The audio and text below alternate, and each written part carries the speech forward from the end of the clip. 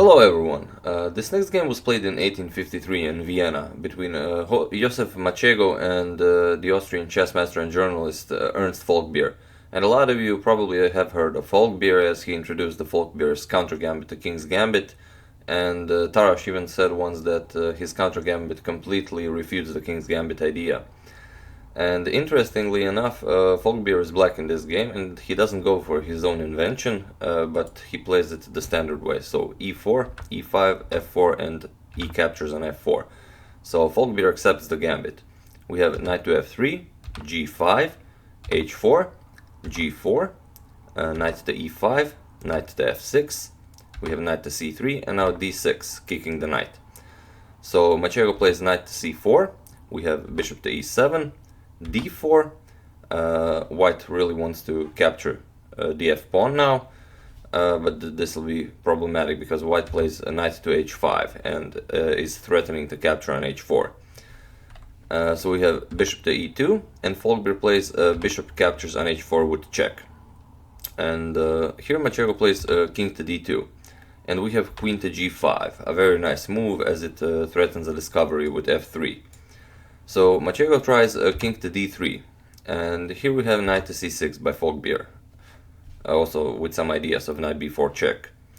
So Matschego stops this, he plays a3, and we have bishop to f2, threatening that d4 pawn. So we have knight to d5, bishop captures on d4, and now knight captures on c7 check. And Falkbeer plays king to d8.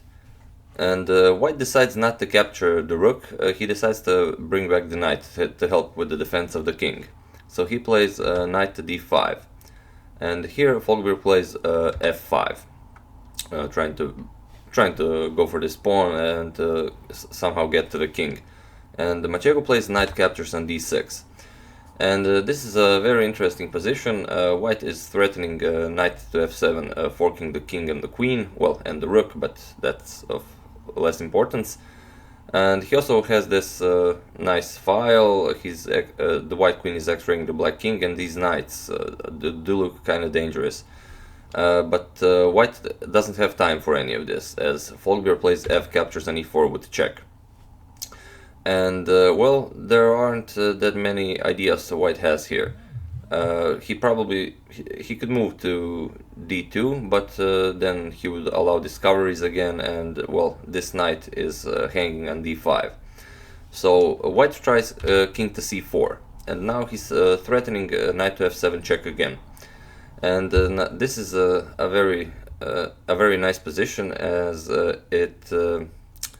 Falkbeer is actually threatening a forced checkmate in 9 moves. And Falkbeer finds it. So that's why I call the game Falkbeer's Amazing Kinghunt. And Falkbeer plays queen captures on d5 with check. The king is already on the 4th rank, so Falkbeer decides to invite him to 5th rank. We have king captures on d5, and now knight to f6 check. The king has only one square to go to, and that is c4. So Falkbeer continues the hunt. Bishop to e6 check. Only square for the king is b5. We have a6 check, king to a4, and now b5 check, and the king has no more squares. So the knight has to capture, knight captures on b5, we have a captures on b5 with check, king captures on b5, and now Falkbeer invites the king to the 6th rank. We have rook to a5 check, king has to capture on c6, only move. We have bishop to d5 check, king to d6, only move, and now knight to e8 checkmate. So yeah, a very nice game, and a beautiful king hunt by Falkbeer, the Austrian chess master and journalist. And yeah, it's not an everyday position to see something like this. That's the game. I do hope you enjoyed it, and as usual, you can check 2 of my previous videos here. Hope you're all having a great Saturday, and I'll see you soon.